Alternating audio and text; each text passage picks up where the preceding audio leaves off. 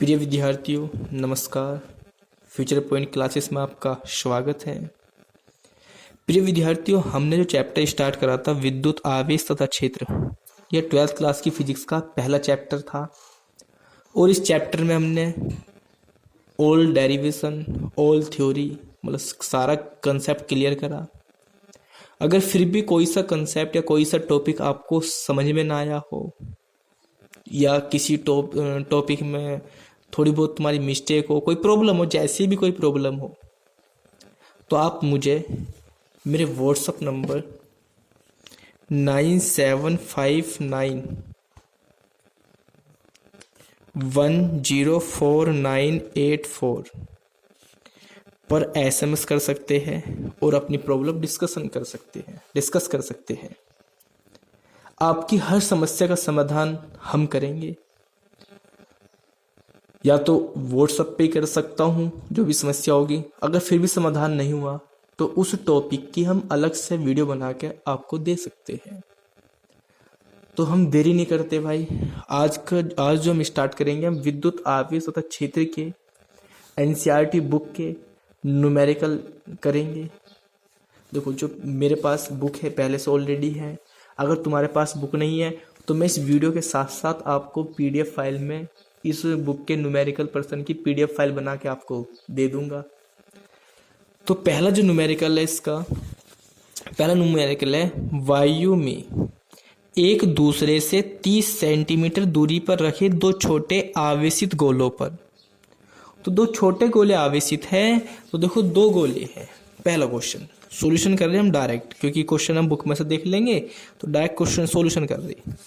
तो दो छोटे गोले हैं और वायु में है और एक दूसरे से 30 सेंटीमीटर की दूरी पे है। एक गोले पर आवेश है 2 गुना 10 की घात माइनस के 7 कूलम और दूसरे पे है 3 गुना 10 की घात माइनस के 7 कूलम।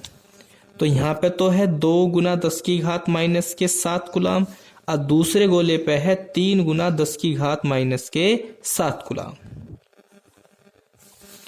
तो कह रहा उनके बीच कितना बल होगा। तो हमें बल निकालना है। जब भी दो आवेश होंगे और उनके बीच में बल लगता है तो वो कौन सा बल लगता है? वैद्युत बल। और उस बल का फॉर्मूला हमें कौन से साइंटिस्ट ने बताया था या कौन से नियम ने बताया था? कुलाम के नियम ने। तो देखो, अगर मैं बात करूं Q1 इजिकल टू कितना है? 2 गुना 10 की घात माइनस के 7 कूलम। Q2 इजिकल टू कितना है? 3 इंटू 10 टू की पावर माइनस के 7 कूलम। दूरी की बात करूं तो R इजिकल टू है 30 सेंटीमीटर, लेकिन दूरी हमेशा मीटर में होनी चाहिए। जब भी हम मीटर में चेंज करना चाहेंगे तो या तो आपको करना पड़ेगा, क्योंकि 1 मीटर में 100 सेंटीमीटर होते हैं, तो या तो आप 100 से डिवाइड कर दो। लेकिन मैं इतना कहूँगा कि R इजिकल टू 30 इंटू आप 10 टू की पावर माइनस के 2 से मल्टीप्लाई कर दो, क्योंकि इससे आसान रहता है। अब हमें क्या निकालना? F इजिकल टू क्या? तो कुलाम के नियम से, और कुलाम का नियम से क्या था? F is equal to 1/4 pi epsilon naught capital K. लेकिन कैपिटल के तब लगाना जब माध्यम का परावैद्युतांक उसने दिया हो, लेकिन वायु हो तब भी आप मत लगाइए। Q1 Q2 upon R square. देखो, इसका मान फिक्स होता है, इसका मान होता है 9 गुना 10 की घात 9। Q1 दे रखा 2 गुना 10 की घात माइनस के 7 गुना Q2 दे रखा 3 गुना 10 की घात माइनस के 7, ये 3 है, अपोन में R जो है कितना है? 30 गुना 10 की घात माइनस के 2 का क्या करना पड़ेगा हमें? Whole square. तो हम इसको 2 बार लिख लेंगे, 30 गुना 10 की घात माइनस के 2। बताओ, यहाँ तो कोई प्रॉब्लम नहीं। अब देखो, इसको जो सॉल्यूशन करना, सबसे पहले क्या तरीका होता है? ये जो अंक है, डिजिट है, मतलब जैसे संख्या है 9 2 3, ये जो है, इनको लिखो एक साथ। तो 9 गुना 2 गुना 3 लिख लिया। अब देखो, पावरों को हल करना। सबसे पहले देखो, 10 की घात माइनस के 7, 10 की घात माइनस के 7, तो गुना करने पे घातें जुड़ जाएंगी। तो माइनस के 7 कितने हो जाएंगे? माइनस के 14। और 14 में से फिर 9 चले जाएंगे तो कितने बचेंगे? तो 14 में से 9 चले जाएंगे, कितने बचेंगे? 10 की घात माइनस के 5। अपोन में। देखो 30 गुना 30, तो 30 गुना 30 गुना 10 की घात माइनस के 2, 10 की घात माइनस के 2 तो कितने हो जाएंगे 10 की घात माइनस के 4। अब देखो हम इसे 3 से डिवाइड कर सकते हैं, 3 एकम 3 और 3 एकम 3 और क्या बचेगा 0। देखो इसको भी 3 से डिवाइड कर सकते हैं, तो यहाँ पे क्या बचेगा 10 और ऊपर क्या बचेगा 3। देखो 3 दूनी 6 गुना 10 की घात माइनस के 5 बटे, देखो 10 गुना 10 तो 10 की पावर 1, 10 की पावर 1 तो कितने हो जाएगी 10 की पावर 2, और फिर 10 की पावर माइनस के 4, तो 10 की पावर माइनस के 4 में से 2 चले जाएंगे तो कितने बचेंगे 6 गुना 10 की घात माइनस के 5 तो है ही। अब देखो 10 की घात माइनस 4 में से 2 जाएंगे तो कितने बचेंगे 10 की घात माइनस के 2। अब 10 की घात माइनस के 2 ऊपर लेके जाएंगे तो काय के हो जाएंगे प्लस के, फिर 5 में से 2 जाएंगे तो कितने बचेंगे 3, तो 6 गुना 10 की घात माइनस के 3 न्यूटन। तो ये आ गया हमारा बल। अगर स्टूडेंट्स वो कहता कि इन बलों के बीच प्रकृति भी बताइए, तो अगर हम प्रकृति बतानी पड़ जाती कि बल कैसा लगेगा, तो देखो दोनों आवेश कैसे है सेम, धनावेश धनावेश है, तो प्रतिकर्ष कैसा बल होगा प्रतिकर्षण बल। देखो दूसरा क्वेश्चन है 0.4 माइक्रोकूलाम आवेश के किसी छोटे गोले पर किसी अन्य छोटे आवेशित गोले के कारण वायु में 0.2 न्यूटन बल लगता है। यदि दूसरे गोले पर 0.8 माइक्रोकूलाम आवेश हो तो दोनों गोलों के बीच कितनी दूरी है। तो पहला तो हमें याद करनी है दोनों गोलों के बीच की दूरी, तो अब उन्होंने दोनों गोलों पर आवेश दे दिया और उनके बीच में जो बल लग रहा वो दे दिया, और फिर क्या रहा दूसरे गोले पर पहले गोले के कारण कितना बल लगता है। तो देखो हम बात करते हैं पहले बीच की दूरी, ऑप्शन ए में। देखो स्टूडेंट्स टाइम ज़्यादा ना हो जिससे कि वीडियो ज़्यादा बड़ी हो जाए, फिर जब सोल्व करते हैं फिर ज़्यादा बड़ी वीडियो हो जाती है, तो उस समस्या का समाधान पाने के लिए मैंने पहले सॉल्यूशन कर लिया था इस क्वेश्चन का। अब देखो एक 0.4 माइक्रोकूलाम का आवेश था गोला था, दूसरे पे इतना आवेश था, इनके जो बीच बल लग रहा है वो बल लग रहा 0.2 न्यूटन का बल लग रहा, तो उनके दोनों के बीच की दूरी पूछ रहा, दोनों के बीच की दूरी मैंने मान ली r है। तो तब हम क्या करेंगे कूलाम के नियम से, तो कूलाम का नियम होता है F बराबर 1/4 pi epsilon not Q1 Q2 upon r square. अब देखो हमें निकालना है दूरी, तो r स्क्वायर इधर चला जाएगा, तो बल को ही निकालना मैं, और फिर बल कहाँ जाएगा अपोन में, तो ये आ गया अपोन में। फिर हमने क्या करा r स्क्वायर इजिकल टू मैंने मान रखे, देखो 1/4 पाई एप्सिलॉन नॉट का मान कितना होता है 9 गुना 10 की घात 9। Q1 कितना है, Q1 दिया है 0.4 इंटू 10⁻⁻6।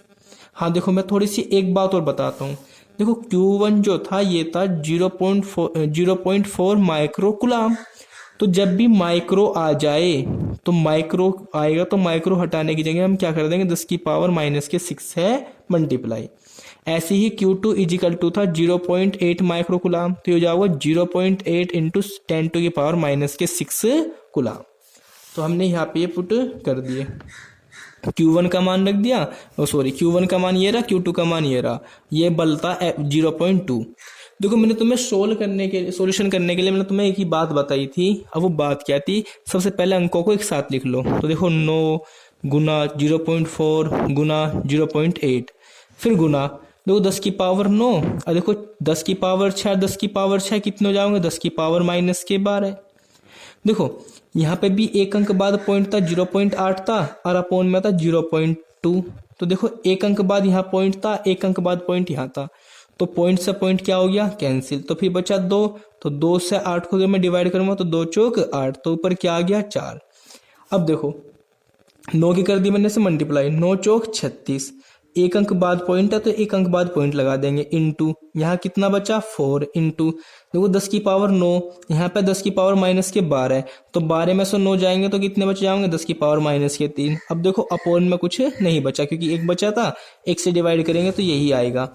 फिर r स्क्वायर इजिकल टू 4 की अब इसमें करेंगे मल्टीप्लाई, तो 4 6 24, 24 का 4 का हासिल लगे 2, 4 3 12, 12 2 14, एक अंक बाद पॉइंट था तो एक अंक बाद हमने पॉइंट लगा दिया, फिर इंटू में 10⁻⁻3।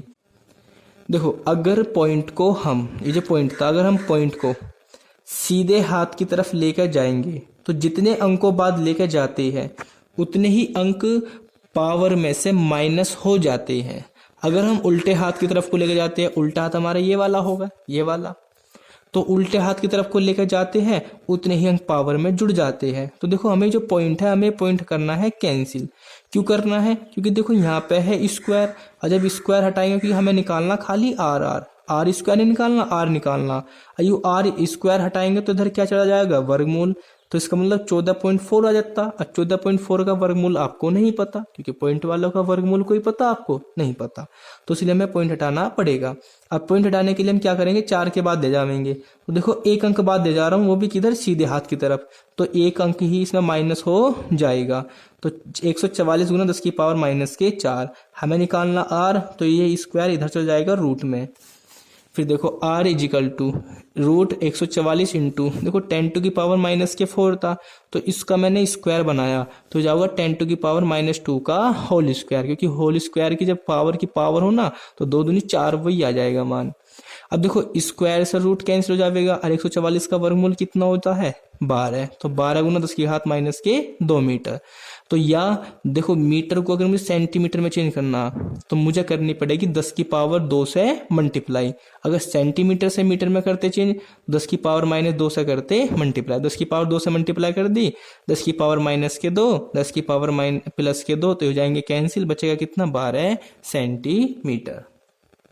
तो देखो ये आ गई हमारे दोनों आवेशों के बीच की दूरी। तो देखो स्टूडेंट्स, मैंने ये सॉल्यूशन इसलिए कर दिया था पहले, जिससे कि वीडियो बड़ी ना हो पाए। अब देखो इसी में दूसरा पार्ट कहा था उसने कि दूसरे गोले पर पहले गोले के कारण कितना बल लगता है। अभी कह रहा ये कह रहा है कि दूसरे गोले पे, इस वाले गोले पे, इस गोले के कारण कितना बल लगता है। देखो दोनों गोलों के आवेश का परिमाण भी उतना ही है, बीच की दूरी भी r है, तो कितना बल लगेगा? उतना ही बल लगेगा। कितना? 0.2 न्यूटन। तो हम क्या कहेंगे? दूसरे गोले पर पहले गोले के कारण भी उतना ही बल, अर्थात 0.2 न्यूटन का बल कार्य करता है। नेक्स्ट क्वेश्चन है, जांच द्वारा सुनिश्चित कीजिए कि small K E square upon capital G M E M P विमाहीन है, और भौतिक नियतांकों की सारणी देखकर इस अनुपात का मान ज्ञात कीजिए। यह अनुपात क्या बताता है? तो देखो स्टूडेंट्स, हमें ये दे रखा उसने K E square upon G M E M P विमाहीन है। विमाहीन का मतलब है जब इन दोनों के, इसका ऊपर वाले के मात्रक रखेंगे हम, नीचे वाले के मात्रक रखेंगे तो कोई मात्रक नहीं आए, अर्थात उन सब का मात्रकों को जब कैलकुलेशन करेंगे तो एक आंसर आना चाहिए, तो तब ये विमाहीन होंगे।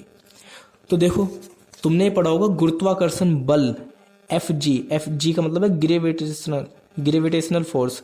तो capital G m1 m2 upon r square होता है, या ये कह दो जी एम ई। देखो m1 m2 मैंने m e m p इसलिए ले लिया कि देखो दो प्रोटॉन, एक तो है इलेक्ट्रॉन और एक है हमारा प्रोटॉन, और उनके बीच की दूरी है वो है r। और देखो जो के ई ये दे रखा ई स्क्वायर का मतलब है इलेक्ट्रॉन पावेश। तो देखो जो के दे रखा, मैं ये बताऊंगा के ऊपर क्यों आ रहा, जी नीचे क्यों आ रहा। देखो गुरुत्वाकर्षण बल इतना होता है, और वैद्युत बल 1/4 pi epsilon not Q1 Q2 upon r square तुमने पढ़ रखा। और 1/4 पाई एप्सिलॉन नॉट Q इसको हम क्या कहते थे? स्मॉल के ही तो बराबर होता है ये। हाँ जी। अब देखो तो समीकरण नंबर 1 से F G is equal to G m1 m2 upon r square, तो यहाँ से हमने g का मात्रक निकाल लिया। तो g का मात्रक निकालेंगे तो g को यहीं पे रखो, r स्क्वायर इधर चला जाएगा इंटू में, m1 m2 पहुंच जाएंगे अपॉन में।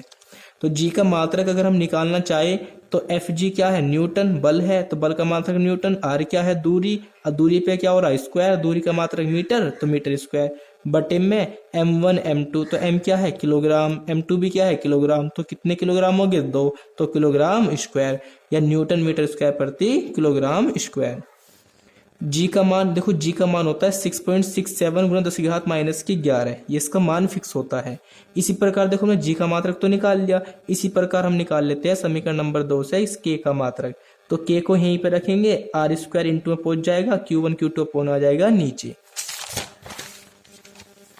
तो देखो के का मात्रक आ गया न्यूटन मीटर स्क्वायर बटे कूलाम स्क्वायर, या ऐसे कह दो न्यूटन मीटर स्क्वायर प्रति कूलाम स्क्वायर। इस जो के का मान था वो कितना था, 9 गुना 10 की घात 9 न्यूटन मीटर स्क्वायर प्रति कूलाम स्क्वायर। तो तब देखो हमें ये देखना कि K E square upon G M E M P में अन्य राशियों के मात्रक, हमने ये जो जितनी भी राशि दे रखी है इसमें इन सब के मात्रक रख लिए। देखो के का मात्रक अभी हमने निकाला था, क्या आया था, न्यूटन मीटर स्क्वायर प्रति कूलाम स्क्वायर इंटू ई क्या है, इलेक्ट्रॉन का आवेश।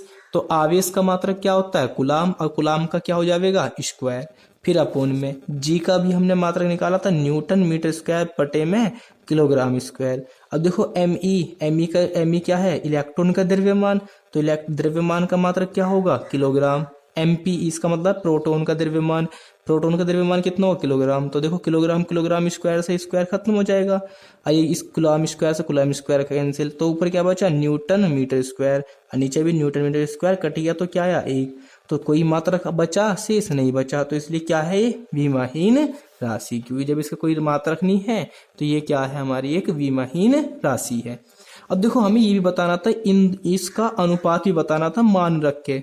अब देखो मान रखेंगे तो कैसे रखेंगे, देखो के ई, ऊपर तो आवेशों की बात हो रही है, तो ऊपर कौन सा बल लगा रखा हमने, वैद्युत बल, और नीचे देखो ग्रेविटेशनल की बात है, द्रव्यमानों की बात है, तो नीचे है गुरुत्वाकर्षण बल। तो ऊपर की अगर मैं बात करूं तो ऊपर तो हो जाएगा एफ ई, और अपोन में नीचे जाएगा एफ जी। अब देखो मैंने क्या करा, सारणी से देखो के का मान हमें पता है इतना होता है, ई है इलेक्ट्रॉन, इलेक्ट्रॉन पर आवेश कितना होता है 1.6 गुना 10 की घात माइनस के 19, 2 बार लिख दिया क्योंकि स्क्वायर हो रहा था। अपोन में 6.67 इंटू 10 टू की पावर माइनस 11, तो हो गया जी का मान। एम ई क्या है, इलेक्ट्रॉन का द्रव्यमान, तो इलेक्ट्रॉन का द्रव्यमान होता है 9.1 इंटू 10 टू की पावर माइनस की 31, और एम पी था प्रोटॉन का द्रव्यमान, प्रोटॉन का द्रव्यमान होता है 6.67 गुना 10 की घात माइनस के 27। अब देखो जब इन्हें हम कैलकुलेशन करेंगे तो कैलकुलेशन करने के बाद लगभग 2.4 गुना 10 की घात माइनस वो प्लस के 39 आएगा। तो इसका मतलब हमें ये बता लगता है कि ये जो अनुपात दे रखा था, ये अनुपात था कि दो, देखो यहां से एक इलेक्ट्रॉन प्रोटॉन, तो इलेक्ट्रॉन प्रोटॉन के बीच लगने वाला वैद्युत बल तथा गुरुत्वाकर्षण बल का अनुपात लगभग 2.4 गुना 10 की घात 39 होता है। तो स्टूडेंट्स आज की वीडियो में यहाँ तक ही, इस वीडियो में हमने 1.3 तक के न्यूमेरिकल करे, आगे की वीडियो के लिए इंतजार करें। तो स्टूडेंट्स अगर कोई भी न्यूमेरिकल या कोई भी डेरिवेशन आपकी समझ में ना आई हो तो मैंने तुम्हें पहले ही बताया था, आप मेरे व्हाट्सएप नंबर पर कमेंट कर सकते हैं, बता सकते हैं, मुझसे संपर्क कर सकते हैं। तो thanks for watching my video.